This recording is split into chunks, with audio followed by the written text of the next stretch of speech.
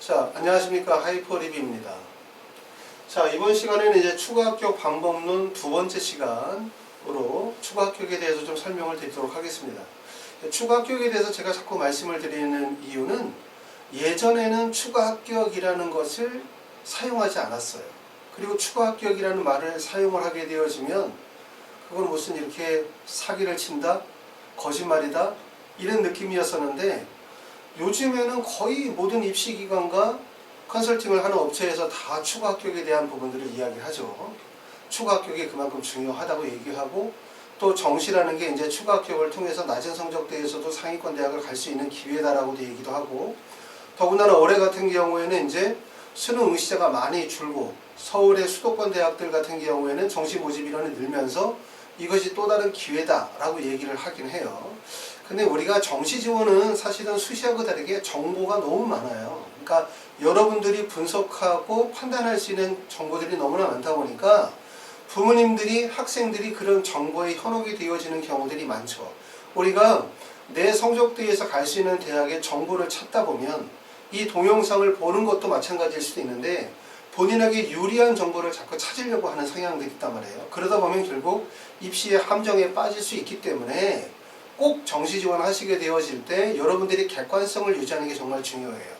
그렇지 않고 내 성적대에서 조금 더 나은 대학을 갈 수 있는 방법, 내 성적대에서 누가 보니까 좀 더 나은 대학을 갈 수 있는 방법이 있다고 하더라. 이래서 이런 내용들에 자꾸 휩쓸리고 유혹에 당하시다 보면 결국 입시가 실패할 가능성이 되게 오기 때문에 정보에 대한 객관성을 유지하는 게 되게 중요하다라고 말씀을 드렸고, 하지만 이게 사실 되게 어려워요. 왜냐하면 어떤 정보가 사실인지 아닌지를 판단하기가 어렵기 때문에. 그리고 이제 입시 기관들에서 정보를 내놓을 때 실제 흔들리지 않은 정직한 정보와 거짓된 정보들이 뒤섞여서 나오다 보니까 학부모님들이나 학생들 입장에서부터 어떤 게 사실이고 어떤 게 거짓인지에 대한 부분이 판단이 어렵다 보니까 결과적으로 스스로 판단하기가 참 어려운 점이 많이 있다라는 점이고요. 그래서 이제 지난 시간에 걸쳐서 지난 시간에 이어서 이번 시간에는 추가 합격 방법론에 대해서 한번 제 소신을 말씀을 드리고자 하는데 오늘 드릴 얘기는 첫 번째는 지원 구간에 대한 이해를 하는 게 반드시 필요해요. 두 번째는 경쟁률이라고 하는 게 어떤 의미를 갖느냐, 세 번째는 합격 예상 점수와 충원율의 관계는 어떤 관계인지, 그 다음에 우리가 알고 있는 점수라는 의미가 어떤 의미인지 이런 점인데, 조금 일반적으로 이제 입시 컨설팅을 여러분들이 가보시거나 아니면 유튜브 같은 데서 입시 컨설팅에 관한 정보를 얻으시는 것보다 좀 더 다른 관점에서 저는 좀 얘기를 하려고 하거든요. 왜냐하면 여러분이 가지고 있는 표준 점수의 의미가 뭐고 100분위가 의미가 뭐고 가나다 군배열이 뭐고 내 성적대에서 갈 수 있는 대학이 뭐고 어떤 대학이 예를 들어서 국영수 반영 비율이 몇 퍼센트고 이런 얘기들은 우리가 안 해도 돼요. 이제는 다. 왜냐하면 그냥 인터넷에 올려놓기만 해도 내 점수만 입력을 해도 쫙 뜨는 정보들이기 때문에 굳이 그거를 알기 위해서 우리가 공부하실 필요는 없어요. 그러니까 부모님이 입시 경험이 잘 없으시다 하더라도 표준 점수 100분위 계산하고 대학 환산 점수 계산하고 가나다 군배열하고 이런 거를 신경 쓰실 필요는 없다는 거예요. 어떤 점에 여러분이 신경 쓰게 되냐면 여러분이 조금만 관심을 가지면 첫 번째는 내 성적대에서 갈 수 있는 대학이 어느 정도 선인지는 다 구분이 되죠. 근데 가장 어려운 거는 뭐냐면 가나다 중에서 어디에다가 안정 적정 지원을 둘 것인지, 그리고 이것이 안정이 적정이 맞는지 안 맞는지, 그럼 이게 안정 적정이라면 어디까지의 상향 계획을 세워야 하는 건지, 추합 계획이 어디까지 가능한 건지, 이런 부분들이 사실 제일 어려운 부분이라고 말씀을 드릴 수가 있습니다. 자, 먼저 첫 번째는 지원 구간에 대한 이해에 대한 설명을 좀 해보도록 할게요. 자, 지원 구간에 대한 이해를 해야 되는데 모든 대학은 구간을 가지고 있어요. 구간을 가지고 있다는 건 뭐냐면, 자, 우리가 이제 가군에 서울대학교가 있고 나군에 성균관대, 서강대, 한양대가 있어요. 그렇죠? 그리고 가군에, 그리고 나군에 연세대학교를 쭉 있는데 우리가 연세대를 하나를 구분을 보면 연세대는 군 자체가 이렇게 세 개로 구분되어 있다는, 하나, 그 다음에 두 개, 세 개인데 모든 대학은 다 똑같아요. 모든 대학은 첫 번째는 가장 낮은 구단이 뭐냐면 상향 구간이에요. 상향 구간. 상향 구간이고 이거는 대학 이동이 가능한 구간에 해당되는 거예요. 대학 이동이 가능한 구간에서는 간단히 말하면 하위 대학에서 상위 대학으로 인원이 몰리게 되죠. 몰리게 되어지면 결국은 이거는 경쟁률이 상승하는 이유가 될 수밖에 없어요. 이렇게 경쟁률이 상승하는. 그리고 또한 이 구간도 대학에서 대학이 바뀌는 구간이에요. 연세대학교에서 원서를 써서 서울대에 원서를 쓰게 되어지면 서울대 합격을 하면 대학이 바뀌죠. 이처럼 대학이 이동하는 구간이 있어요. 그런데 이 구간의 차이점은 뭐냐면 위에 있는 상위 구간도 대학이 이동하는 구간이긴 한데 이 구간은 추함률이 많이 도는 구간이란 말이에요. 추함이 많이 돌죠. 왜냐하면 연세대와 서울대를 동시에 합격을 하고 그리고 서울대를 선택하는 학생들이 발생할 수 있기 때문에 추함률이 높게 돌다 보니까 여기는 하향 안정지원이 이루어지는 구간이긴 해요. 그런데 여기에 뭐가 몰리냐면 허수 지원이 대량으로 몰리게 돼요. 허수 지원이 몰리게 되고 허수 지원이 몰리게 되어지면 결국은 다시 경쟁률의 상승으로 유발되어지는 거죠. 그러니까 둘 다 경쟁률이 높은 거는 맞는데 아래에 있는 구간의 경쟁률이 높은 이유는 목표 대학이기 때문에 그런 거예요. 여기가 목표 대학이기 때문에. 그러니까 여기서 하나 정도를 안정적으로 붙이면서 연세대학교에 목표 대학을 두고 때문에 경쟁률이 몰리는 거고 위에 있는 대학은 서울대에 원서를 쓰는데 여기가 몰리는 이유는 여기는 허수 지원이 몰리기 때문에 그러는 거예요. 허수 지원이 몰리는 이유는 추함률이 높기 때문에 허수 지원이 몰리는 거죠. 근데 여러분이 꼭 알아두실 점 중에 하나는 뭐냐면 우리가 일반적으로 생각하면은 연세대학교에서 가장 높은 과가 어디야? 그러면 경영학과, 뭐 경제학과, 그 다음에 학과가 뭐 언론홍보, 심리, 응용, 통계, 정치외교 이런 데가 중간 학과고 가장 높은 거는 경영학과가 제일 높다라고 생각하지만 실제 경영학과가 제일 높은 과가 될 수가 없어요. 아시겠어요? 경영학과가 제일 높다는 거는 최고점과 평균점과 최저점을 전체를 합쳤을 때 합격생들의 전체로 따지면 경영학과가 제일 높은 학교일 수 있어요. 하지만 경영학과보다 사실상 더 높은 과는 경제학과나 심리학과나 응용통계가 더 높을 수밖에 없어요. 왜 그럴 수밖에 없냐면 조금만 이해를 해보면 우리가 다음 그거는 제가 요거 다음에 설명을 해드릴게요. 이걸 이해하셔야 돼요. 자, 그래서 첫 번째는 지원 구간은 여러분이 볼 때는 세 개로 나눠진다. 모든 대학은 첫 번째는 합격을 목적으로 하는 상향 구간. 상향 구간은 아래에서 위로 상향을 치기 때문에 이 구간에서는 경쟁률이 높아지게 되어지고 하지만 이거는 허수 지원이 아니에요. 실수 지원이에요. 실제 합격할 수 있는 점수를 가진 학생들만 지원을 하게 돼 있어요. 402점, 403점대나 401점대 학생들이 지원한다는 얘기고 그 다음에 가장 높은 구간은 상위 구간인데 이거는 대학이 바뀌는 구간이에요. 그러다 보니까 여기에는 뭐가 몰리냐면 경쟁률이 높게 벌어지죠. 왜냐하면 연세대에서 서울대로 붙는 학생들의 비율이 높아지니까 그러니까 이걸 보고 허수들이 몰린단 말이에요. 그러니까 경쟁률이 높아져요. 그리고 이 중간 구간이 어떤 구간이냐면 안정 구간이에요. 눈치 작전 경쟁률이 엄청 높은 구간이거든요. 왜 그러냐면 하위 학과는 사실상 학과 선택이 별로 흥미가 없어요. 내가 만약에 점수를 404점대의 점수대를 맞았다고 하면 404점대의 학생이 밑에다가 사회복지나 아동가족이나 의료환경 쪽에다가 하향 안정 지원을 하고 연대를 목표로 삼을 수도 있지만 이 학생들이 대부분 원서를 쓰게 되면 서강대, 성균관대에서 사회과학 계열의 원서를 쓰거나 경영 계열의 원서를 쓴 학생들이기 때문에 이 학생들은 흔히 말해서 서강대, 성균관대 글로벌 경영이나 사회학과에 붙고 만약에 연세대학교의 아동가족이나 사회복지학과를 붙으면 선택이 되게 애매한 선택이 돼요. 왜냐하면 여기는 대학은 마음에 들지만 학과가 별로고 여기는 학과는 마음에 들지만 대학의 선호도가 떨어지는 거죠. 그러니까 학생들이 이렇게 원서를 쓰게 될 가능성이 되게 높거든요. 그쵸? 맞죠? 이 구간을 피해서 그럼 이 구간에서 원서를 쓰게 되어 있을 때 비슷한 점수대가 많이 몰려있단 말이에요. 이런 구간들. 지금 보면 404점대에 해당되는 게 국어, 국문, 문어정보, 문화인류, 사학과, 중어중문, 노원 뭐 이런 학과들이기 때문에 이 구간에서는 눈치작전이 발생이 돼요. 눈치작전이 발생이 되어지기 때문에 경쟁률이 폭등하는 현상들이 발생이 되어진단 말이에요. 하지만 여기 있는 학과나 여기 있는 학과들은 경쟁률이 그렇게 과격하게 폭등하진 않아요. 경쟁률이 폭등하는 이유는 바로 이 중간에 있는 학과로서 결과적으로 대학의 선호도가 몰릴 수밖에 없기 때문에 여기에 몰릴 수밖에 없는 거죠.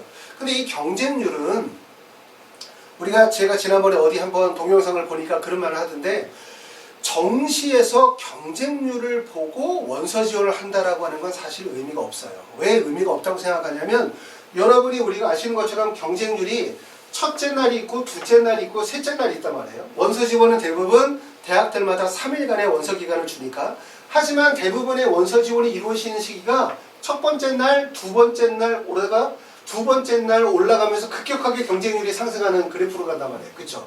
그러니까 대부분의 사람들이 원서를 쓰는 시기가 마지막 날 12시 이후에 경쟁률이 집중이 돼요. 그렇기 때문에 이게 주식처럼 실시간으로 경쟁률이 보고되는 게 아니기 때문에 여러분들이 경쟁률을 보고 판단하면 벌써 때가 늦는다. 아시겠어요? 그리고 두 번째, 만약에 내가 쓰려고 했었던 학과가 국어국문학과가 전년도에 3.4대 4대 1이었어. 예를 들어서 여기서. 그런데 봤더니 문헌 정보가 요번에 봤더니 1.25대 1이야. 그러면 나는 원래 당초에는 생각할 때 자, 국어국문학과를 쓰려고 했어요. 그러면 국어국문학과를 처음에 쓰려고 했는데 봤더니 국어국문학과가 문헌정보보다 경쟁률이 엄청 떨어지네? 높네? 그러면 국어국문학과를 쓸 수 있나요? 못 쓰죠.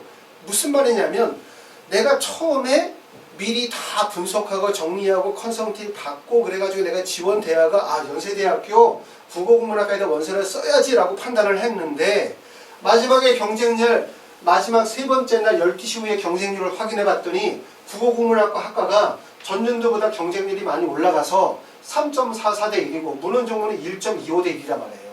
그러면 결국은 그걸 보고 난 다음에 국문과에다 원서를 쓸 수 있는 사람은 없어요. 그렇죠? 그러면 결국 어디 됐어? 문헌정보로 바꾸게 되죠. 근데 문헌정보로 바꾸게 되면 나만 보고 있는 게 아니라 모든 사람들이 경쟁률을 보고 움직인다고 생각하면 결국은 나중에 가면 경쟁률이 이게 더 높아지게 되어지고 이게 더 낮아지는 경쟁률로 보여진단 말이에요. 이해되시죠? 경쟁률을 보고 원서 지원을 한다라고 하는 것은 사실은 아주 바보 같은 짓이에요. 왜 그러냐면 경쟁률을 보고 원서 지원한다는 것은 기존에 내가 학생의 수능 성적을 바탕으로 해서 입시 자료 정리하고 그 다음에 비싼 돈 주고 컨설팅 받고 자문을 구해가지고 지원 대학을 확정을 다 해놨다가 마지막에 경쟁률 하나가 학과가 바뀌게 되는 거거든요. 그러니까 결국은 입시 모든 게 다 엉망이 돼버리는 거예요. 엉망이. 그쵸? 그렇기 때문에 경쟁률을 보고 원서를 쓰는 거는 가장 피해야 되는 일이라고 생각하고 경쟁률을 어떻게 하셔야 되냐면 정시는 모집 인원이 많지 않아요. 물론 연세대학교 경희경처럼 100명이 넘는 모집 인원을 가져가는 학과들도 있지만 대부분 모집 인원 자체가 그렇게 많은 인원을 모집한다고 볼 수 없기 때문에 결국 몇 명만 경쟁률로 들어가도 지원이 이루어진다 하더라도 경쟁률이 나타난다는 거예요. 다시 말하면 뭐냐면 먼저 들어가는 사람이 대장이에요. 먼저 들어가는 사람이.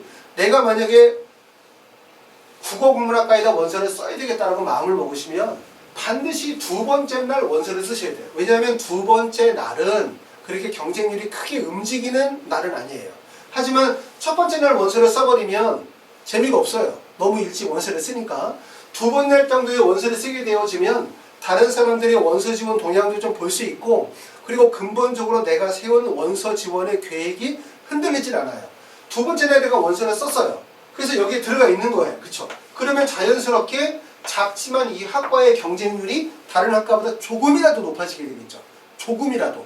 그러면 국문과에 원서를 써야 되겠다고 생각했었던 사람들이 올해는 국문과 애들이 몰려드는구나 라고 판단하게 되고 이 사람들이 어디로 원서를 쓰게 되어지냐면 문헌정보 쪽으로 학과 변경을 이루게 된다는 거예요. 아셨어요? 그래서 경쟁률은 정시는 먼저 결정하고 먼저 원서를 쓰는 게 전략이지 마지막 날 12시에 경쟁률을 보고 대학을 변경하는 건 전략이 될 수가 없어요. 아셨어요? 그 점에 대해서 잘 생각해 보시고 그렇기 때문에 여러분들이 어떻게 해야 돼? 내가 대학과 학과에 대한 부분들을 빨리 결정해야 된다는 얘기예요. 그렇기 때문에 내가 세 번째 날까지 가지 않으려면 원서 접수 들어가기 전에 벌써 대학에 대한 부분들은 판단이 되셨어야 돼요. 그러고 난 다음에 첫째 날 정도를 보고 난 다음에 두 번째 날 편안하게 원서 접수를 하시는 게 입시에서 통하는 전략이다. 이 점을 꼭 알아두실 필요가 있고요. 자, 그래서 이제 구간 자체는 이렇게 세 개의 구간으로 대부분 다 나눠져 있다. 항상 입시 구간은 첫 번째는 이렇게 상향 구간으로서 하향 안정지원 소신 지원이 이루어지는 구간이 있고 두 번째는 안정 구간이에요. 눈치 작전이 치열하게 벌어지는 이 구간인데 특히 이 눈치 작전이 벌어지려고 하면 모집 단위의 점수가 유사한 점수대가 대량으로 몰려 있어야 돼요. 그 다음에 세 번째 분야는 목표 대학 구간이에요. 이거는 대학이 바뀌는 구간이기 때문에 경쟁률이 여기도 높아요. 그리고 여기도 경쟁률이 높아요.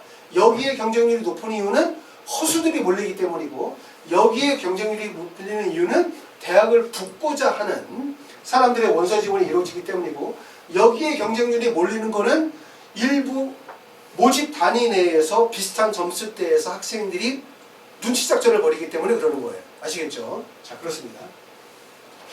자, 다음. 자, 그럼 모집 단위 내의 상향은 불가능하다. 이 얘기를 말씀을 드려요. 모집 단위 내의 상향은 불가능한데, 자, 우리가 생각할 때는 이런 거죠. 내가 만약에 점수가 382점이 여기 학과가 있어요. 근데 383점도 있고 382점 있는데, 내가 만약에 383점인 학과에 원서를 쓴다. 그럼 여기는 어떤 학생들이 쓸까라고 생각해보면 점수의 폭이 384점대부터 시작해가지고 383점, 382점, 381점 이런 점수대의 구간의 학생들이 원서를 쓰겠죠. 지원자들이. 그쵸? 여기 원서를 쓰는 거고 그 다음에 만약에 여기 383점대라고 봐요. 385점. 그럼 385점대의 원서를 쓰는 학생들은 어떤 학생들이 쓸까? 첫 번째는 386점대의 학생들이 하향 지원하겠죠. 또는 385점대에서 원서를 쓰겠죠. 384점대에서 원서를 쓰겠죠. 383점대에서 원서를 쓰겠죠. 하지만 얘기할 점은 뭐냐면 이 구간 내로 들어가게 되면 모든 대학은 구간 내에서는 만약에 이 점수가 385점대라고 하면 383점대에서 상향을 치는 게 불가능해요. 불가능해요. 왜 불가능하냐 하면 말씀드렸던 것처럼 아니 383점이면 굳이 경제학과를 가지 않아도 383점에서 일본 융합지역학과라든가 독일어 학과라든가 프랑스어 학과라든가 이런 학과들의 383점대의 포르투갈 학과들이 있어요. 그렇죠? 그렇기 때문에 굳이 상향을 칠 이유가 없다는 얘기예요. 왜냐하면 상향을 쳐서 실패하면 어디로 가야 되냐면 이리로 가야 돼요. 건국대학교, 동국대학교로 가야 되는 거예요. 이해되세요? 그러니까 구간 내에서 상향이 불가능한 이유는 이 구간 내로 들어가면 반드시 합격을 해야 돼요. 여기서 합격을 못하면 대학이 낮아지기 때문에 그런 거예요. 그렇기 때문에 여기에서 붙으려고 하면 대부분 다 어떻게 돼야 돼요? 하향 안정 지원이 이루어질 수밖에 없는 거예요. 그런데 밑에 있는 구간은 383점인 학과라 하더라도 382점도 상향을 쳐요. 381점도 상향을 쳐요. 그리고 좀 부족하신 분들은 380점에서 상향을 쳐요. 사람들은 다 뭐라고 생각하냐면 손을 뻗어서 가까운 거리가 미칠 수 있는 거리라고 생각해요. 닿을 수 있는 거리. 그러니까 이런 데들 인터넷 사이트 같은 데 올리면 막 이게 뜨는 거죠. 뭐 추가 합격 가능성 뭐 20%, 30%, 40% 이렇게 뜨는 거죠. 가장 가까운 거리가 우리는 닿을 수 있는 거리라고 생각하거든요. 근데 실제로는 입시에서는 가장 가까운 거리가 가장 먼 거리예요. 왜냐하면 나만 그렇게 생각하는 게 아니기 때문에. 아셨어요? 그렇기 때문에 미칠 수 없는 거리에 해당이 된다는 얘기예요. 아셨죠?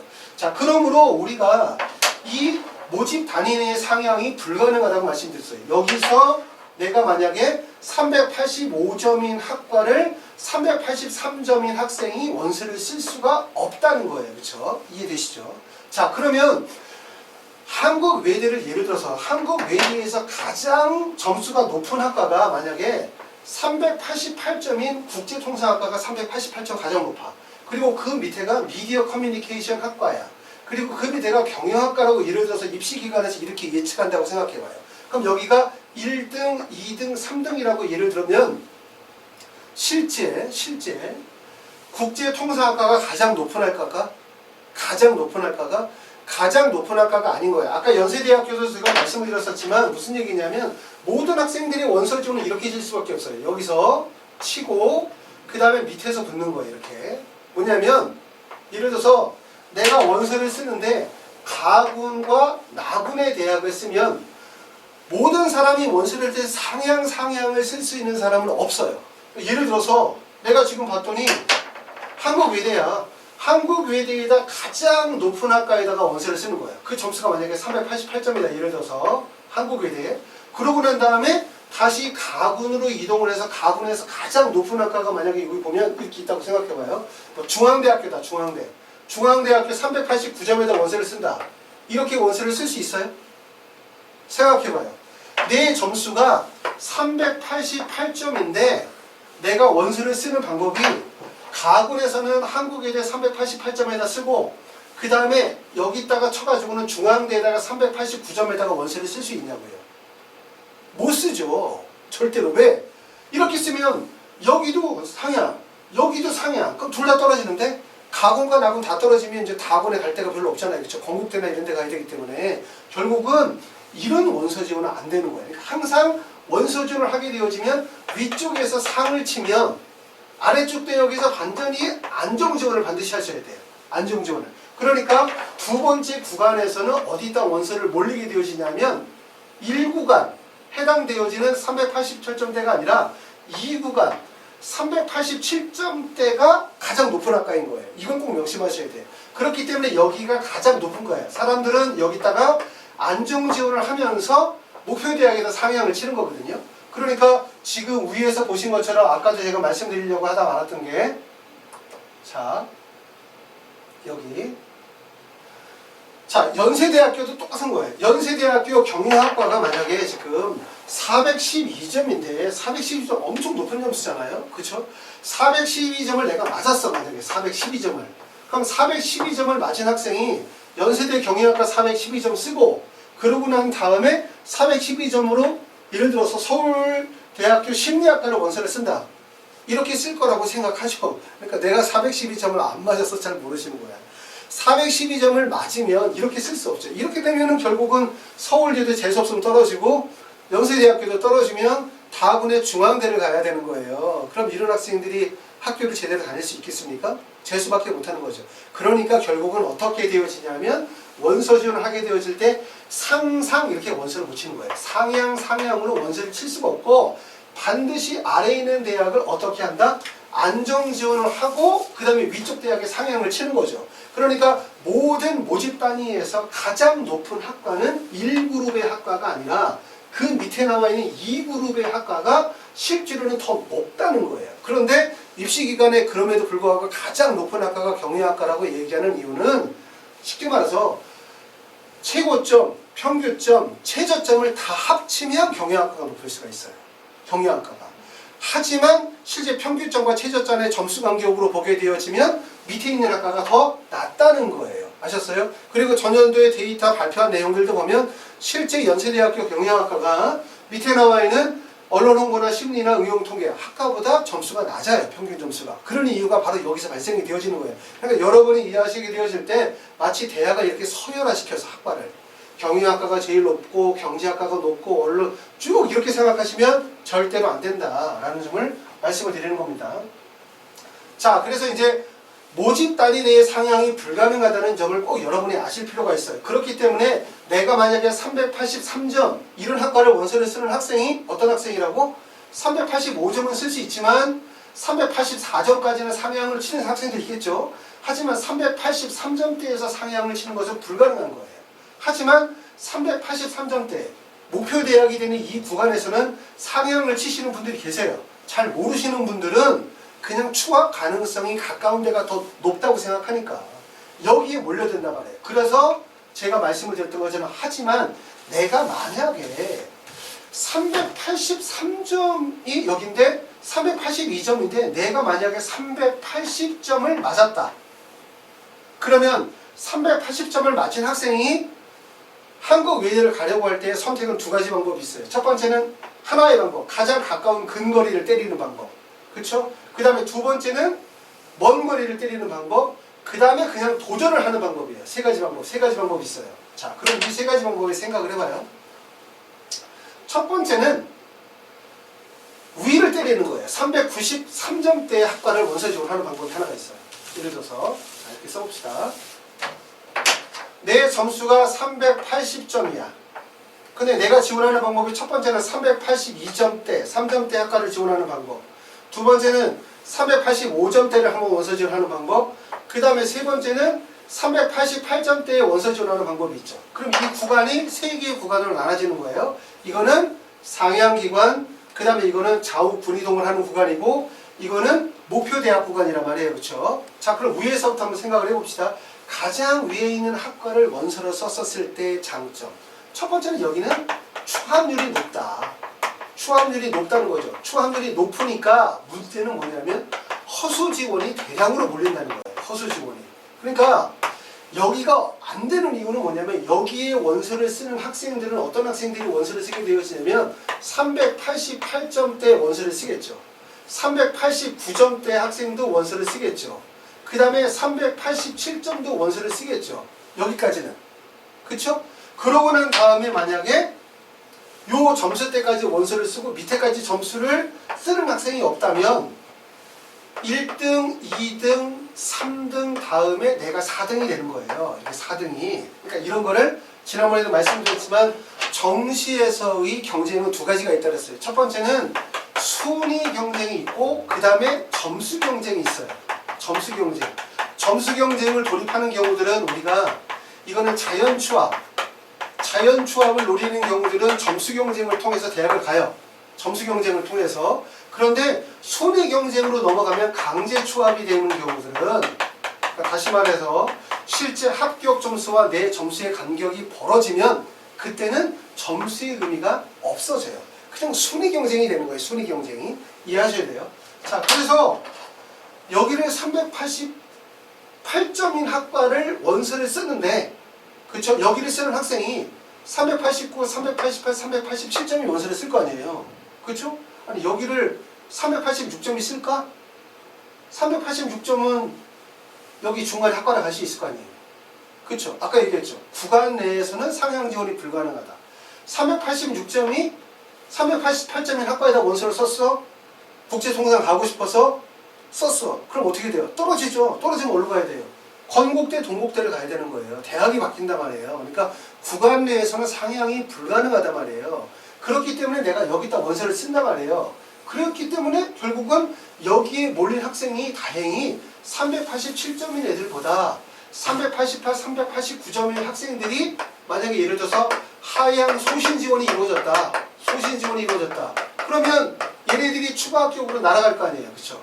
얘네들이 추합이 되면 쭉쭉쭉 내려오면 얘가 결국은 3번이나 4번이 되는 거예요. 아셨어요? 결국은 순위 내에 들게 된다는 거예요. 근데 여기서 가장 위험한 점들은 결국은 뭐냐면 이 허수라고 하는 거를 물리쳐야 되는 거예요. 허수를. 그러니까 중요한 거는 뭐냐면 나의 경쟁자가 무엇이냐가 되게 중요해요. 여러분들이 생각할 때. 요 생각 하나만 하는 것만으로도 입시는 크게 바뀔 수 있어요. 무슨 말이냐면 내 경쟁자가 실수냐 허수냐, 내 경쟁자가 나와 비슷한 점수대를 가지고 있는 학생들끼리의 경쟁이냐, 아니면 나보다 점수대가 낮거나 합격할 수는 없는데 나보다 점수대가 조금 높은 학생들끼리의 경쟁이냐, 이게 되게 중요한 거란 말이에요. 그쵸? 근데 내가 만약에 380점에서 388점인 학과에 원서를 쓰려고 하면 결국은 허수들과의 경쟁이에요. 그러니까 절대로 요 구간에 381점 2점을 안 온단 말이에요. 381에서 383점대 학생들이 있으면 안 돼. 여기는 388, 389를 원서를 써도 이 가운데 뭐가 없어? 387, 386, 385, 384, 383은 없는 거예요. 이 구간에. 왜? 얘네들은 여기에 다 묻혔으니까. 그러면 여기에 지원하는 허수들은 어떤 애들이냐면 여기서 합격이 안 되는 애들. 이런 애들이 원서를 쓰는 거죠. 어디다가 383, 382, 381점대 학생들이 원서를 쓴단 말이에요. 그러니까 결국은 이 학생들도 허수잖아요. 원서 지원이 안 되는, 합격이 불가능한. 얘네들이 만약에 여기에 들어가 있다면 나는 붙을 수가 없어요. 그래서 내가 만약에 순위 경쟁 강제 추합을 노리게 되어진다면 나의 경쟁자는 누구다? 허수 지원이다. 허수 지원들이 몰리지 않는 구간을 찾아야 돼요. 아셨죠?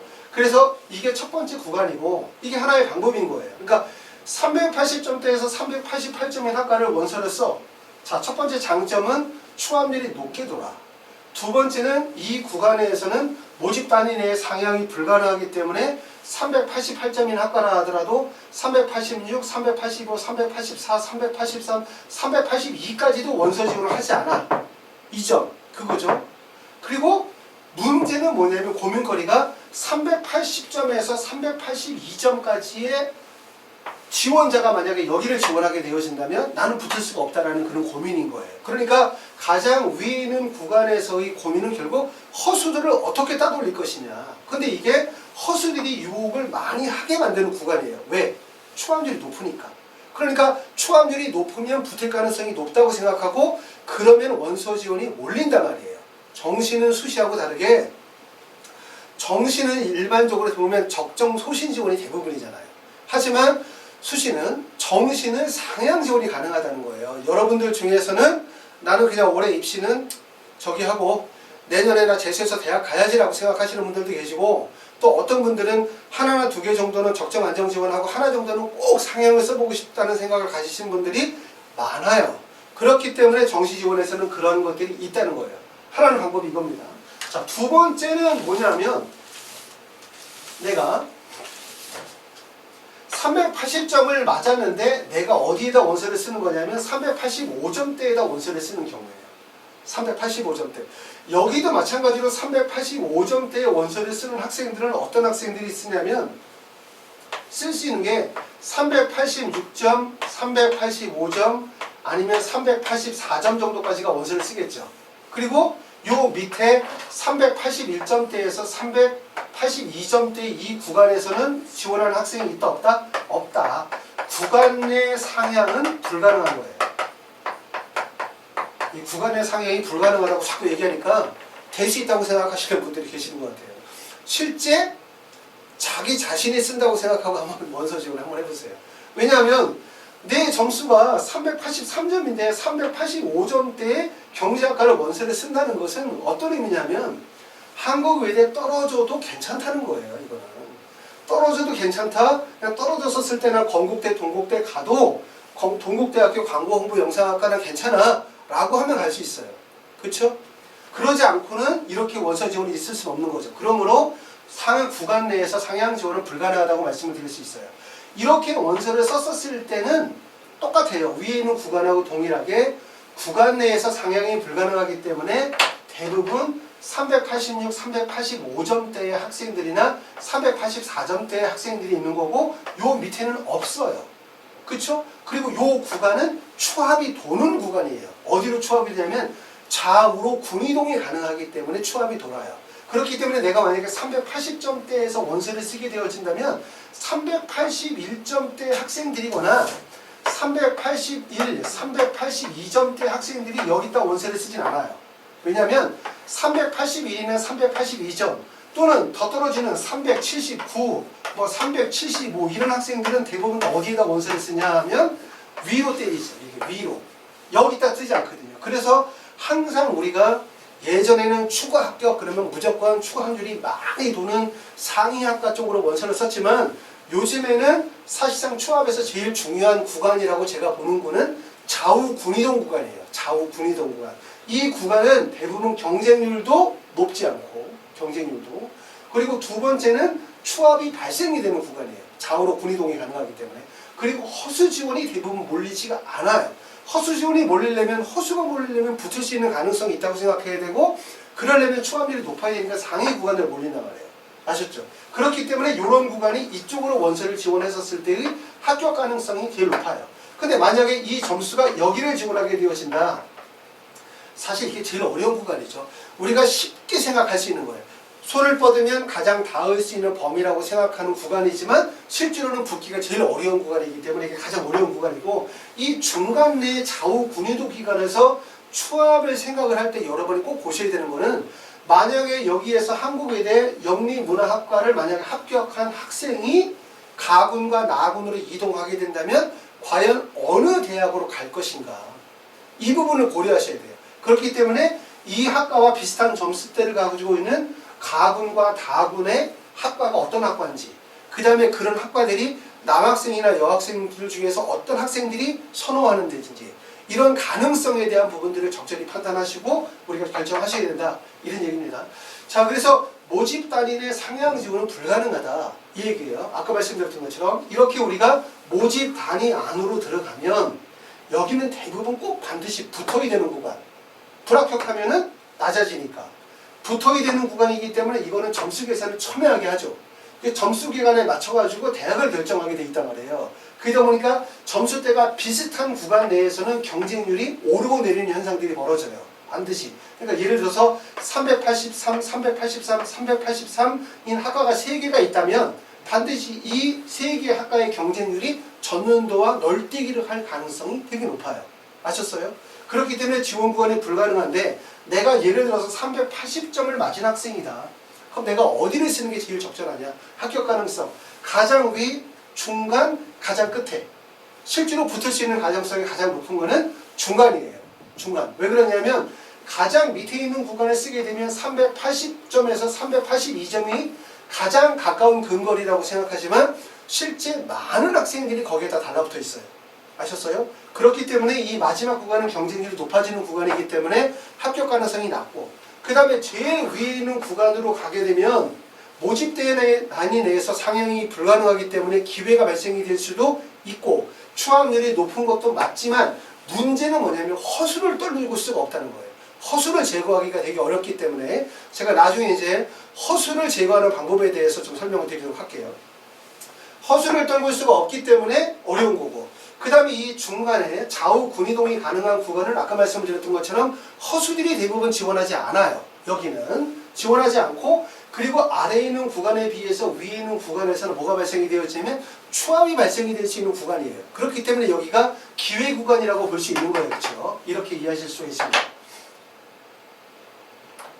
자, 다음은 경쟁률에 대한 부분을 이해하도록 할게요.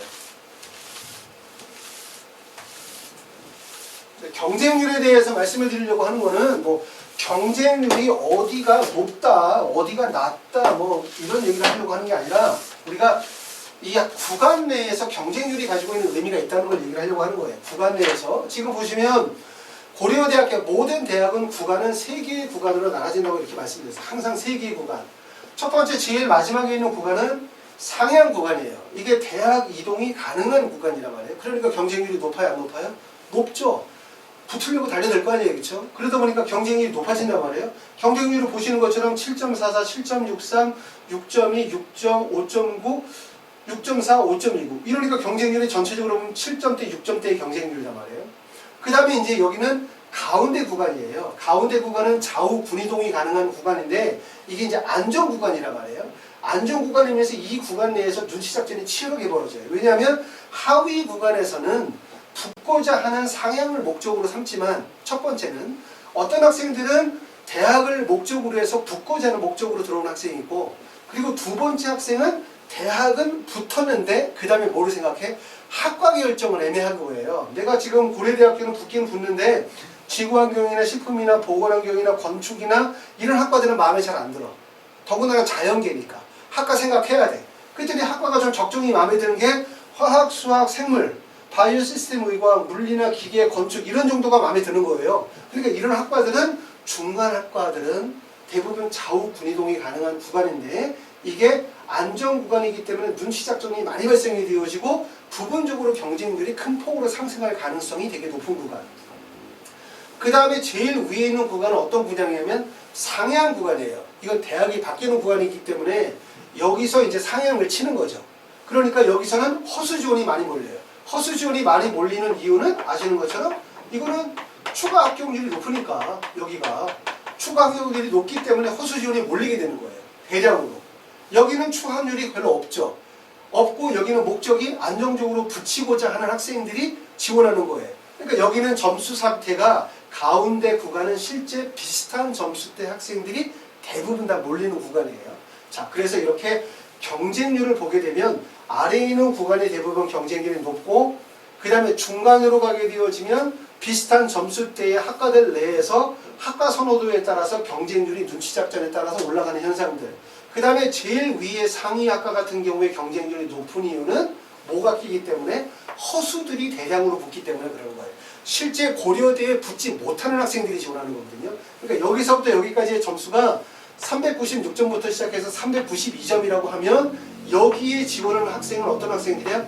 397부터 시작해가지고 여기가 5점까지라면 394점대까지 학생들이 있고 그리고 어디 학생들이냐면 391, 392 뭐 이런 학생들 있잖아요. 389 뭐 이런 학생들이 있는 거예요.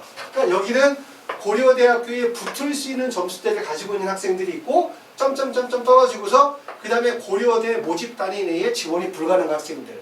이 학생들이 이제 허수죠. 허수지. 얘들이 몰리니까 경쟁률이 몰리는 거예요. 하지만 추합이 도는 건 여기까지만 추합이 도는 거예요. 이 학생들까지 추합이 오기가 어려워요. 이해되시죠? 자, 그래서 이거를 우리가 이제 한번 그래프로 한번 보도록 하겠습니다. 자, 그러면 과연 이제 그래프를 보면 여기서 지금 그래프가 어떻게 나타나냐면 올라갔다가 하나 올라갔다가 이렇게 올라갔다가 이런 그래프죠. 이렇게. 이건 이제 거의 모든 대학이 비슷한 유형이에요. 이렇게 능선을 따라 움직이는 거죠. 그런데 이게 이제 모집 단위가 좀 작은 학교가 있고 모집 단위가 큰 학교가 있어요. 지금 고려대학교는 모집 단위가 큰 거예요. 그러니까 어떻게 보면은 하나, 둘, 셋, 네 개 정도의 그래프 형태를 가지고 있어요.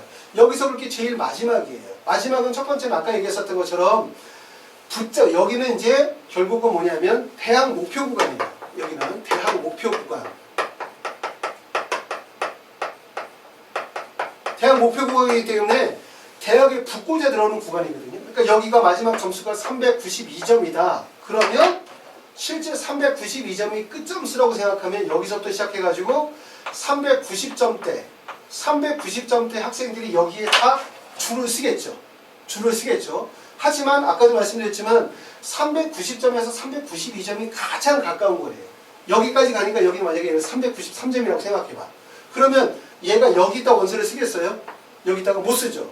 가장 가까운 거리는 392점에다 원서를 쓰지만 말씀드렸었던 것처럼 가장 가까운 거리가 입시에서는 가장 먼 거리예요. 도저히 닿을 수가 없어요. 왜냐하면 여기에 많은 사람들이 있으니까. 그리고 이 구간은 지금 보는 것처럼 경쟁률이 높아요. 그럼 이 구간이 가지고 있는 특징이 뭐냐? 첫 번째는 경쟁률이 높죠. 경쟁률이 높을 수 있는 이유는 결국은 대학을 목표하는 구간이니까 경쟁률이 높고, 경쟁률이 높은데 반해서 이것은 추합률은 낮아요. 이거는.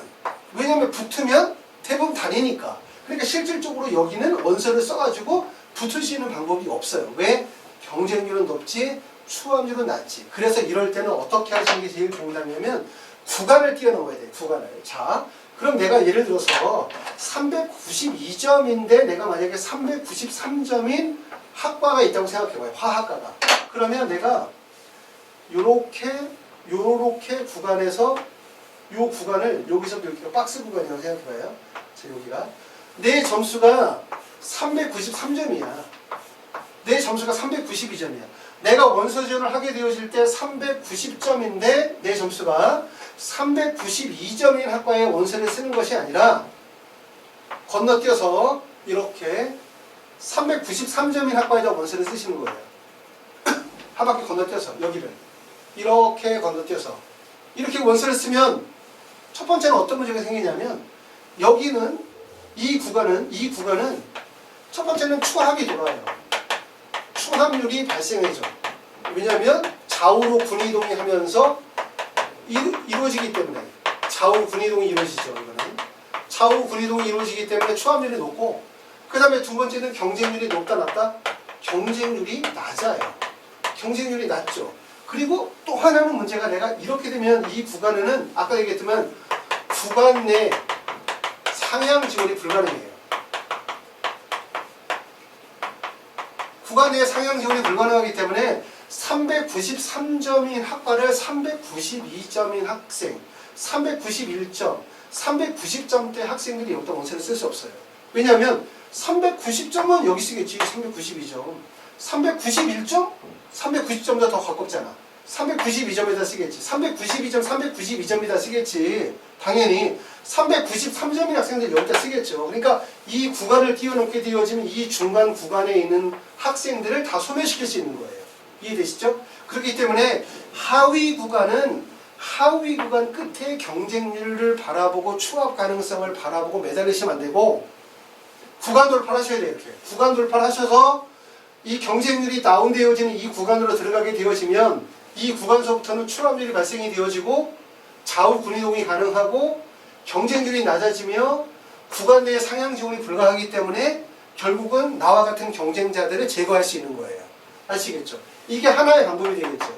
그쵸? 그리고 이제 이 위쪽 대학으로 넘어가는 중간 계통에서 넘어가는 방법도 있다고 했어요. 지난번에 얘기했던 것처럼 좌우 분이동에 따라서 발생이 되어지는 구간들. 근데 이 구간들은 조심하실 분들은 하위 학과들보다 학과 선호도가 높다는 거예요. 학과 선호도가 높기 때문에 여기에서 경쟁률이 일시적으로 높거나 않는 현상들이 발생이 돼요. 그러니까 지금 보시는 것처럼 건축학과의 경쟁률이 높죠. 기계공학과의 경쟁률이 낮죠. 가정교육학과의 경쟁률이 낮고 바이오의학과의 경쟁률이 높거나 낮을 수 있기 때문에 여기에 따라서 유불리가 있을 수 있는 거예요. 그 다음에 이 위쪽 구간으로 넘어가게 되어지면 항상 어떤 대학의 가장 높은 학과의 경쟁률이 높아요. 경쟁률이 높은 이유는 뭐 때문에? 실수보다 허수 때문에. 여기에서 실제 점수 경쟁력이 있는 실수가 이만큼이면 허수가 이만큼인 거예요. 그러니까 사실은 붙을 가능성이 없지만 고려대학교 상위학과가 가군이나 다군으로 이동을 하면서 의치안의 대로 빠지게 되고 서울대로 빠지게 되고 그러면서 추합률이 높게 되니까 추합의 기회가 올 수 있다고 생각하시는 분들 계세요. 우리가 아직도 잘 모르시는 분들이 자꾸 추합률이 높으면 나에게 유리하다고 생각하시는 분들이 계세요. 추합률이 높은 게 절대로 그렇지 않다 이렇게 얘기했어요. 왜냐하면 우리가 점수에 어떤 한 대학의 모집 단위가 이렇게 있으면 추합률이 높다라고 하는 거는 요 상위권의 점수 분포만 높은 거예요. 이렇게 상위권에. 만약에 394점이 가장 높은 점수면 393점, 392점 이렇게 있는 거예요. 이렇게. 그러니까 대부분의 학생이 추합률이 높다. 어떤 학과의 추합률이 250%가 나왔다. 그러면 대부분 점수대가 394점에서 393점대의 상위권의 점수만 몰려있는 거예요. 그래서 제가 표현하기를 제자리 줄넘기를 도는 거하고 비슷하다. 추합률이 높다는 게 나에게 유리하려면 어때야 돼? 내 점수와 합격 가능 점수가 편차가 낮아야 돼요. 그래야 추합률이 높게 돌아야 붙을 수 있는 거예요. 그런데 내 점수와 합격 점수의 편차가 커. 만약에 합격 점수는 394점인데 내 점수가 390점이야. 이러면 추합이 아무리 돌아도 못 붙어요. 절대로. 붙을 수가 없어요. 왜냐하면 그렇잖아요. 391점대 애들이 추합으로 붙어야 된다는 거거든요. 어디를? 다른 대학을. 고려대에서 내가 서울대를 391점 안 된다고 예를 들어 가정을 지으면 그러니까 얘가 추합이 안 되는데 얘가 어떻게 추합이 돼? 될 수가 없는 거죠. 그리고 말씀을 드렸지만 추합률이 낮다는 의미가 있어요. 낮다. 이렇게 어떤 모집 단위가 있는데 그 모집 단위의 점수가 394점이야. 최고 점수가. 근데 추합률이 만약에 예를 들어서 10%야. 추합률이 10%라는 얘기는 추합이 거의 안 된다는 거예요. 근데 안 되는데 끝에 하나가 걸리는 꼴하고 똑같아. 이렇게 끝에 하나가. 자, 추합률이 낮다는 건 어떤 의미예요? 상위 대학에 못 붙는다는 거죠. 상위 대학에 못 붙는다는 건 어떤 의미예요? 허수 지원이 이루어질 수 있어요, 없어요? 허수 지원이 이루어질 수 없죠. 왜? 아니 내 점수가 390점이야. 근데 여기다 394점에다 원서 지원을 해. 그럴 수 있는 조건은 추합률이 높다는 조건이에요. 합격 가능성이 있어야 돼. 근데 추합률이 10%야. 10명 중에 저 1명 됐어. 근데 내가 390점대에서 여기다 원서 지원할 수 있나요? 못하죠. 그러니까 추합률이 낮다는 것은 허수 지원이 몰리지 않는다는 거예요. 허수 지원이 몰리지 않으면 경쟁률이 낮아진다는 거예요. 허수 지원이 몰리지 않으면 하향 안정 지원이 이루어지는 거예요. 그러니까 이런 점수 때는 이렇게 예를 들어서 충원율이 10%다 그러면 위에서 밑으로 내려오는 원서 지원을 하게 돼 있어요. 그쵸? 위에서 밑으로. 그러니까 하향 안정 지원을 하게 돼 있고 하향 안정 지원을 하게 되면 여기에 지원할 학생들의 점수대가 395점대, 394점대 학생들이 쓰는 거죠. 그럼 얘네들이 어떻게 돼요? 추합이 되죠. 추합이 되면 돈단 말이에요. 그러면 추합률이 여기서는 10%였었지만 추합률이 50%로 추합률이 높아지게 되는 거란 말이에요. 그러면 결국적으로 마지막 합격대의 점수는 커다란 점수 차이를 가지게 되는 거예요. 이해되세요? 추합률이 높다는 게 절대로 유리한 게 아니다. 왜냐하면 추합률이 높다는 것은 내 점수와 합격 가능한 점수의 점수 편차가 좁을 때 자연 추합을 통해서 붙을 수 있다는 거고, 근데 내 점수와 만약 합격 가능한 점수가 차이가 난다면, 자연 추합이 불가능하다면 그거는 뭐가 돼야 돼? 강제 추합으로 순위 싸움으로 넘어가셔야 돼요. 아셨어요? 그래야만 가능성이 있다는 점을 이해하셔야 돼요. 이런 점들을 좀 이해하실 필요가 있고, 경쟁 구간을 피하라는 건 뭐냐면 모든 대학의 경쟁구는 이런 분포를 보여줘요. 4개의 능선을 타거나 모집 단위가 나면 3개의 능선을 타게 돼 있어요. 반드시. 첫 번째 구간이 어떤 구간이냐면 대학 목표 구간. 두 번째는 대학이 결정되고 나면 학과 결정 구간. 그 다음에 안전 구간, 그 다음에 상향 구간이란 말이에요. 대부분 허수들이 몰리는 구간은 상향 지원. 여기죠. 상향 구간. 여기가 초합률이 가장 많이 도니까. 근데 우리가 하지 말아야 되는 실수는 뭐냐.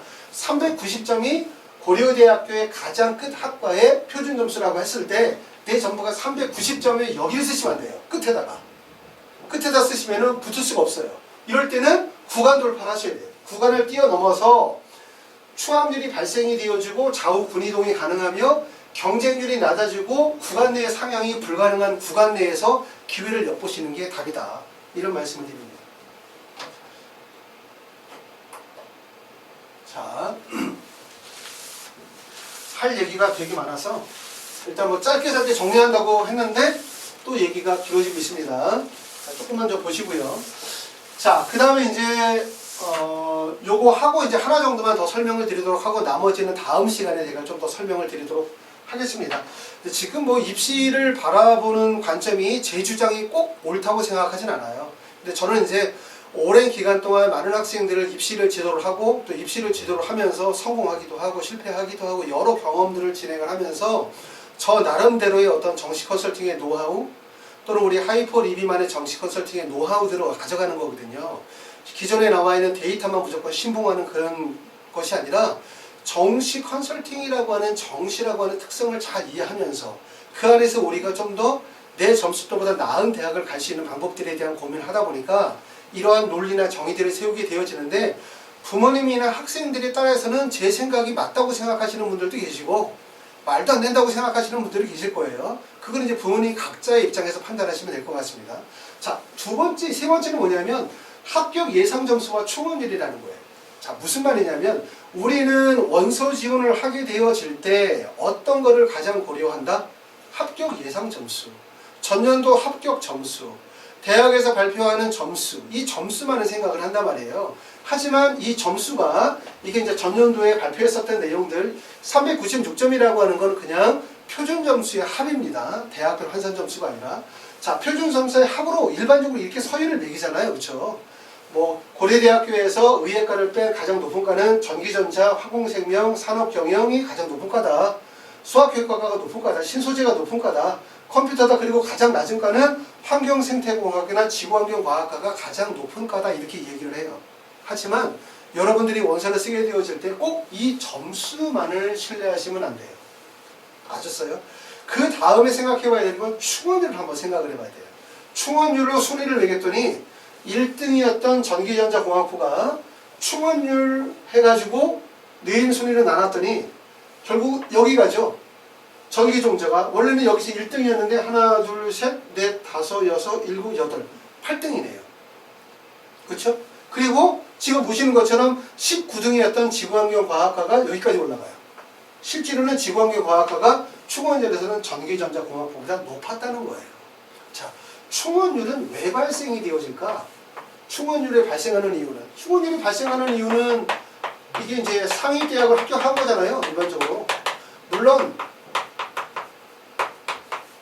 충원율의 합격 비율이라고 할 수 있겠죠. 물론 충원율이라는 게 꼭 상위 대학만 있는 건 아니죠. 그렇죠? 만약에 예를 들어서 지구환경과학과에 붙었는데 고려대학교에 붙었는데 반대로 가학원에서 한양대나 아니면은 성균관대나 서강대나 기타 다른 대학에서 학과를 붙었는데 거기서 학과가 더 선호도가 좋을 수 있죠. 고려대보다 그 가군에 있는 다른 학과들의 선호도를 선택해서 움직일 수도 있어요. 그런데 대부분 충원율이 높다라고 하는 것은 결과적으로 얘들이 이 대학이나 학과보다 선호하는 다른 대학이나 학과가 있다는 거고 그리로 이동을 했다는 거예요. 그렇죠? 이동을 했다는 거는 결국은 이 학생들이 뭐가 있다는 얘기냐면 점수의 경쟁력을 가지고 있다는 거예요. 점수 경쟁력을. 그렇죠? 점수 경쟁력을 가지고 있다는 거고 그렇기 때문에 결국은 이 충원율이라고 하는 거는 결국은 어떤 의미에서 또 다른 의미에서 점수라고 하는 거예요. 이게 점수라는 거예요. 그렇기 때문에 여러분들이 분석할 때 이 충원율에 대한 부분들을 꼭 보셔야 돼요. 아셨어요? 그렇기 때문에 점수로 해서 서열을 매기지 말고 충원율을 통해서 서열을 매기게 되고, 물론 충원율을 통해서 서열을 매긴다 해서 100% 맞는 건 아니에요. 왜냐하면 이 충원율에는 실제 허수 지문이 있을 수도 있죠. 예를 들어서 전기전자공학부의 충원율이 62.9%야. 자, 그리고 예를 들어서 여기 나와 있는 것처럼 화학과의 충원율이 114%야. 충원율 자체로 보면 화학과의 충원율이 114는 높고 전기전자공학부의 충원율이 62.9%는 낮아요. 그렇다 해서 화학과가 무조건 높다고 할 수는 없어요. 왜 그러냐면 화학과는 일반적으로 원서 지원이 이루어진 학생들이 대부분 실수 중심의 원서 지원, 실수 중심이지만 이 전기전자는 실수 플러스 허수들의 원서 지원이 이루어진다는 거예요. 상위 학과다 보니까. 그렇죠? 이런 상위 학과들은 허수들이 몰린다고 했죠? 그러니까 얘네들이 원서를 붙을 때 실수들은 초합으로 빠져나가고, 그렇죠? 그러고 난 다음에 허수들은 원서 지원으로 초합이 안 되고 못 붙는 거죠. 그리고 얘네들은 화학과 같은 경우는 실수 중심이니까 점수를 가지고 있는 학생들이 점수의 경쟁력이 있는 거란 말이에요. 그러니까 얘네들이 상위 대학으로 빠져나가고, 그 다음에 예를 들어서 가군에 있는 한양대나 서강대나 성균관대 중에서 학과 선호도에 따라 빠져나가기 때문에 초합이 높아질 수 있는 거예요. 그렇죠? 그런 것까지도 이해를 하셔야 돼요. 하지만 우리가 너무 일반적으로 그냥 점수 중심으로 해서 학과의 서열을 매기시면 절대로 안 된다. 점수도 중요하지만 이 충원율이라고 하는 것도 결과적으로 상위 대학의 합격 비율이기 때문에 점수의 경쟁력이 있다는 거고, 그런 충원율이라는 것은 어떻게 보면 또 다른 점수의 의미를 가지고 있어요. 아셨어요? 하지만 이 중요한 건 또 이 충원율이 가지고 있는 의미가 또 무엇인지에 대해서 각 학과별로 이해하셔야만, 그래야만 이 구간에서 이 학과가 어떤 의미를 가지고 있는지에 대해서 생각해 보실 필요가 있습니다.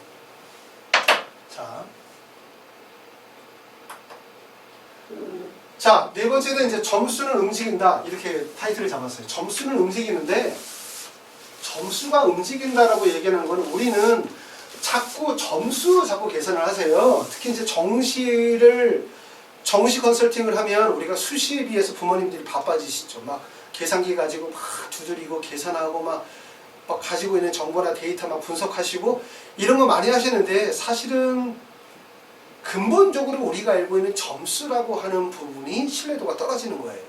그렇기 때문에 사실은 아무리 숫자 계산을 하셔도 컨설팅이 안 되는 이유예요. 아셨어요? 자, 그럼 왜 점수는 움직인다고 얘기를 하냐면, 우리가 연세대학교 의예과의 점수가 대학별 환산 점수를 했었을 때 728.1점이라고 해요. 고려대학교 의예과가 그 대학의 환산 점수라면 689.4점이에요.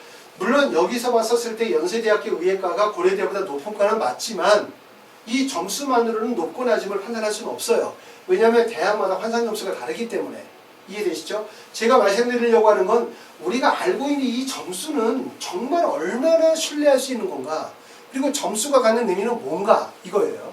자, 우리가 점수를 구성하는 요소는 첫 번째는 대학이나 학과에 대한 종합적인 가치라고 생각해요.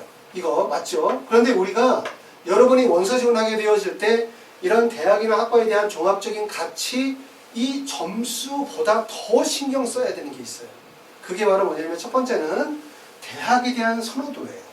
대학에 대한 선호도, 학과에 대한 선호도, 이 점을 꼭 신경 써야 되는데, 왜 그러냐면 이런 부분들은 입시 데이터에 반영이 안 돼요. 입시 데이터에. 그렇기 때문에 알아야 된다는 거예요. 예를 들어서 어떤 두 개의 대학이 있었을 때, 만약에 연대와 고려대가 있었을 때, 아니면 중간대학들 중에서 뭐 경희대와 그 다음에 시립대, 한국외대 세 개의 대학이 있었을 때, 건국대와 동국대가 있었을 때, 또는 예를 들어서 그 밑에 떨어지면은 광운대, 세종대, 국민대, 서울과학기술대가 있었을 때 대학이나 학과에 대한 선호도가 어떠냐, 일반적으로 학생에 대한 선호도가, 이 점도 되게 중요하고, 또 그때 해마다 여러 가지 입시 비리라든가 여러 가지 뭐 이제 부정 비리로 인해서 어떤 대학에 대한 평가가 낮아지게 되었을 때, 또는 시대적 흐름에 따라서 어떤 학과에 대한 선호도가 높아질 수도 있죠. 이런 선호도라는 부분들도 점수에 다 반영이 되어진다는 거예요. 그런데 입시 데이터에서는 그런 것들이 반영이 안 되기 때문에 여러분이 원서 쓰시게 되어질 때 그런 점도 고려해야 된다는 거고, 그 다음에는 또 하나는 일시적인 경쟁률의 상승이 결국 가치를 불러일으키는 경우들이 있어요. 특히 아까도 말씀드렸지만 일시적인 경쟁률이 상승하는 구간은 세 개의 구간 중에서 두 번째 구간 A, B, C라고 하면 B 구간이죠. 좌우 군이동 가능한 이게 좌우 군이동이 가능하면서 여기서 하과 결정을 해야 되는 하과 결정 구간 이 구간이죠. 이 구간에서는 결과적으로 일시적인 경쟁률의 상승이 발생이 되어질 수 있기 때문에 경쟁률이 상승한다는 것은 결국은 점수가 오른다는 거죠. 그렇죠?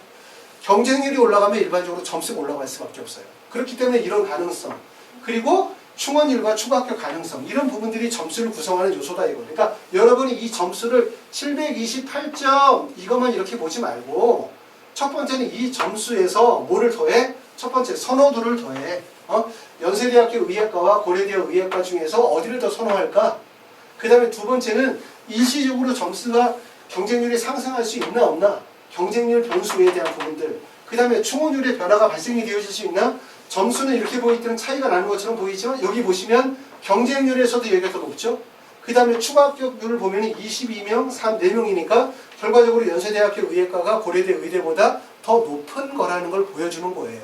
아셨죠? 이렇게 해서 대학에 대한 학과에 대한 그냥 일반적인 가치뿐만 아니라 선호도, 그 다음에 일시적인 경쟁률의 상승에 따른 점수 상승 가능성, 그 다음에 충원율이나 추합, 비율 이런 부분들도 점수에 반영이 되어지는 요소이기 때문에 여러분이 같이 고려하셔야 된다. 이런 말씀입니다. 자, 그 다음에 마지막입니다. 마지막. 자, 그럼 점수는 우리는 일반적으로 대부분 하나의 점수를 보세요. 부모님들이 다 보시는 건 하나의 점수. 하나의 점수는 뭐냐면 지난번에 얘기했던 것처럼 고려대학교 건축학과 점수가 그 전년도에 봤더니 대학별 한선 점수가 523.33점이야. 그쵸? 그리고 고려대학교 화공생명이 527.57점이야. 이 점수만을 보는 거란 말이에요. 하나의 점수를. 그쵸? 그리고 최고점과 최저점에 대한 부분은 사실 별로 의미도 없긴 해요. 왜냐하면 모든 대학에서 학과의 마지막 합격자의 점수를 발표하면 입시는 그냥 도합판이에요. 그쵸? 왜냐하면 같은 대학의 최고점과 최저점의 차이가 사실 만약에 똑같은 고려대학교 내에서 최저점과 최고점, 최고와 최저점의 차이 간격을 두면 아마 서울대부터 시작해서 동국대까지 떨어질 거예요. 그 정도까지 폭이 넓기 때문에 대학에서 이런 부분들을 다 발표할 수 없어요. 그렇기 때문에 대학에서 내용이 대부분 평균값인데 이 평균값이 50% 평균이 아니라 보통 70%, 80% 평균값을 제시해서 학부모님이나 학생들이 원서 지원을 하게 되어질 때 우리 대학은 요 정도 기준이 되니까 요 정도에 맞춰서 원서 지원하십시오 라고 하는 기준점을 제시해 주는 거죠. 그렇죠? 아셨어요? 그 정도이지 이 최저점에 대한 부분들을 만약에 공지하게 되어지면 문제가 커져요. 만약에 건축학과의 최고 점수가 평균 점수가 523점인데 최저점은 사실 510점이었다. 510점 정도로 봤었더니 예를 들어서 동국대 정도 붙을 수 있는 점수야. 설령 그 얘기를 들으면 만약에 그렇게 얘기를 했어요. 대학에서. 그렇다고 해서 내가 512점인데 원서를 지원하는 것도 불가능하거나 위험한 도박이죠. 그렇죠? 왜냐하면 작년에 그렇게 됐다고 해서 올해 그렇게 되라는 법이 없잖아요. 그렇죠? 그렇기 때문에 원서 지원의 가장 좋은 답은 안정 지원하시는 거예요. 그렇죠? 안정 지원하는 게 가능한 거고, 그리고 두 번째는 내가 원서 지원을 가나다를 생각하게 되기 때문에 반드시 안정 지원하면서 상향 계획을 세워야 되니까 그 다른 점수의 의미를 이해하셔야 되는데, 말씀드리는 건 뭐냐면 이거 봐요. 고려대학교 건축학과의 평균 점수가 523.33점이고 고려대학교 화공생명이 527.57점이에요. 그럼 당연히 화공생명이 점수가 높은 거가 맞아요. 그리고 그거 동의하죠. 근데 최저 점수를 보게 되어지면 건축학과는 522점, 그 다음에 화공생명은 517점이란 말이에요. 건축학과가 화공생명보다 높아요. 그렇죠? 기계공학과가 더 높아요. 생명공학과도 평균 점수는 더 높은데 최저점은 더 낮아요. 왜 이런 일이 벌어지냐? 자, 지난번에도 말씀드렸지만 평균 점수가 아니라 제일 중요한 건 우리가 관심 가지셔야 되는 거는 평균 점수가 아니라 평균 점수와 최저점 사이의 편차라고 했어요. 다시 말하면 들어갈 때 점수가 높으면 나올 때 점수가 낮다. 들어갈 때 점수가 높으면 나올 때 점수가 낮아요. 자, 다시 알기 쉽게 설명해주면 평균 점수가 높은 학과가 평균 점수가 낮은 학과보다 최저점은 더 낮아요. 아셨어요? 이게 왜 이런 현상들이 벌어지냐면, 자, 아이고 죄송합니다. 여기를 보면서 설명을 할게요. 자, 아까 봤던 것처럼 고려대학교 화공생명공학과가 396점이야. 예를 들어서 고려대학교 건축학과가 393점이야.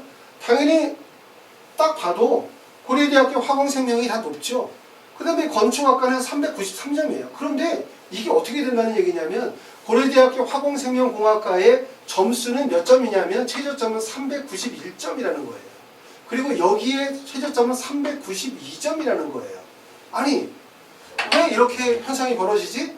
이유는 아까 말씀드렸던 것과 똑같은 거예요. 무슨 말이냐면 모집 단위 내에서는 상향이 불가능한 거예요. 모집 단위 내에서는 상향이. 자, 그러면 만약에 예를 들어서 393점인 학과에 원서를 쓰는 학생들은 어떤 학생일까라고 생각해봐요. 첫 번째는 394점 쓰겠죠. 393점 쓰겠죠. 392점인 학생들이 원서를 쓰겠죠. 하지만 391점인 학생들도 원서를 쓰고 390점도 원서를 쓰겠지만 얘네들은 이 대학이 어떤 대학이냐면 여기 학과가 지금 뭐예요? 대학 목표 구간이잖아요. 상향이 이루어지는 구간이기 때문에 원서를 쓰긴 하지만 실질적으로 경쟁률이 높고 과밀되어 있기 때문에 붙을 가능성이 별로 없어요. 그렇기 때문에 마지막 합격자의 점수는 392점으로 끝나는 거예요. 아셨어요? 하지만 396점인 학과는 여기는 어떤 학생들이 원서를 쓰게 되냐면 첫 번째는 396점이에요. 396점이 원서를 쓰는 애는 397점이 원서를 쓰겠죠. 396점이 원서를 쓰겠죠. 395점이 원서를 쓰겠죠. 394점이 원서를 쓰겠죠. 394점은 원서를 못 쓰겠죠. 왜 못 쓰냐면 구간 내에서 상향이 불가능하니까. 395점도 사실 웬만하면 쓰지 못할 가능성이 높아요. 왜냐하면 395점이면 신소재나 컴퓨터 공학과가 있거든요. 여기에 붙어야죠. 만약에 여기인데 여기에 원서를 썼다가 떨어지면 어디로 가야 돼? 쭉 떨어지고 가군으로 가게 되어지면 가군에 고려대가 아니라 다른 학교를 가겠죠. 자기가 희망하지 않는 데를. 그래서 모집 단위 내에선 상향이 불가능해. 왜 불가능해? 여길 떨어지면 대학이 바뀌기 때문에. 알았어요? 그리고 모집 단위 상위 구간은 대학이나 학과에 대한 선호도가 높은 구간이란 말이에요. 그러니까 어디를 붙어도 학생들이 다 만족하고 다닌단 말이에요. 여기로 가게 되어지면 대학의 선호도가 있지만 학과의 선호도가 없기 때문에 합격을 하고 이탈할 가능성이 있을 수 있어요. 하지만 여기 이탈 가능성이 적단 말이에요. 그런데 그렇기 때문에 여기에 원서를 쓰는 학생은 397점이나 396점이 원서를 쓰는 거고 395, 394 원서 못 써요. 그리고 쭉 원서 못 써요. 지금 393도 원서 못 쓰고 392도 못 쓰죠. 왜? 여기 있으니까. 391점도 여기다 못 써요. 왜? 여기 있으니까. 이 구간 내의 학생들은 다 못 쓰는 거예요. 그러면 결과적으로 마지막 합격자의 점수는 몇 점이냐면 389점인 점수대가 나오는 거예요. 389점대가. 여기에 쓰는 학생이. 마지막 합격자의 점수가. 그러니까 예를 들면 여기의 점수에서의 이 점수가 건축학과의 마지막 합격자의 점수가 392점이라면 여기에 마지막 합격자의 점수는 389점까지도 떨어질 수 있는 거예요. 그 이유가. 그래서 조금 전에 봤었던 것처럼 들어갈 때의 점수가 높은 학과가 나올 때의 점수는 더 낮게 떨어지는 거. 들어갈 때의 점수가 낮지만 마지막 점수는 더 높은 거. 그 이유들은 바로 구간 내에서 상향이 불가능하기 때문에 이런 현상들이 벌어지는 거예요. 그래서 지금 여기 보시는 것처럼 자 봐요. 여기에서도 지금 보시면 건축학과가 523.33점이에요. 자, 그 다음에 낮은 데로 가요. 건축공학과가 520.67점이죠. 근데 이게 최저점은 519점이에요. 더 낮은 학과는 뭐예요? 518점이에요. 생명공학과가 실제로는 점수가 더 높지만 최저점은 더 낮은 거예요. 아셨죠? 그 다음에 화공생명은 517점이에요. 무려. 점수는 527.57점인데. 그렇죠? 이런 일들은 고려대학교에서만 발생이 되는 게 아니라 모든 대학에서 마찬가지로 발생이 되어져요. 그 이유는 아까 말씀을 드렸었던 것처럼 모집 단위 내에서는 상향이 불가능하기 때문에 그러는 거예요. 그러니까 여러분이 원서를 쓰게 되어질 때 자꾸 하나의 점수, 그러니까 평균 점수, 입시기관에서 제시하는 평균 점수만 가지고 자꾸 생각하지 마시고 평균 점수와 최저점 간의 점수의 간격의 차이가 얼마나 벌어질지에 대한 부분들을 예상하시면 그럼 우리가 합격 가능성이 훨씬 더 높아진다고 말씀을 드릴 수가 있습니다. 자, 일단은 그 장시간 설명을 들어줘서 되게 감사합니다. 쭉 들어보시고 그 다음에 이제 제가 그 지금 좀 전에 올렸던 추가 합격 방법론 1이 있어요. 그렇죠? 그리고 추가 합격 방법론 2가 있고 그 다음에 작년에 유튜브로 찍어서 올렸었던 내용들이 있습니다. 부족한 점들이 많지만 조금 들어보시면 생각을 바꾸실 수 있는, 생각의 발상을 바꾸실 수 있는 방법들이 있어요. 아, 이런 방법들도 있겠구나 라고 하는 거. 근데 이게 왜 꼭 필요하냐고 얘기하냐면 항상 제가 말씀드리지만 정시 원서 쓸 때 안정 이렇게 원서 쓰는 사람은 아무도 없어요. 그렇죠? 대부분의 사람들이 안정 지원을 하면서 단 0.5점이라도 단 1점이라도 상향 지원을 반드시 하게 돼 있고 상향 지원을 하게 되어질 때는 추가 합격에 대한 부분들은 다른 방법적인 부분이 있어요. 입시 기관에서 추가 합격을 절대로 예측할 수 없어요. 기계가 할 수 있는 부분이 아니기 때문에. 그렇죠? 그렇기 때문에 여러분들이 이런 부분들을 제가 설명드렸던 부분을 잘 생각해 보시고 여러분이 자체적으로 데이터를 생각해 보시고 분석해 보시면서 여러분 자녀에게 하나의 선물을 드릴 수 있는 좋은 기회가 되기를 바랍니다. 감사합니다.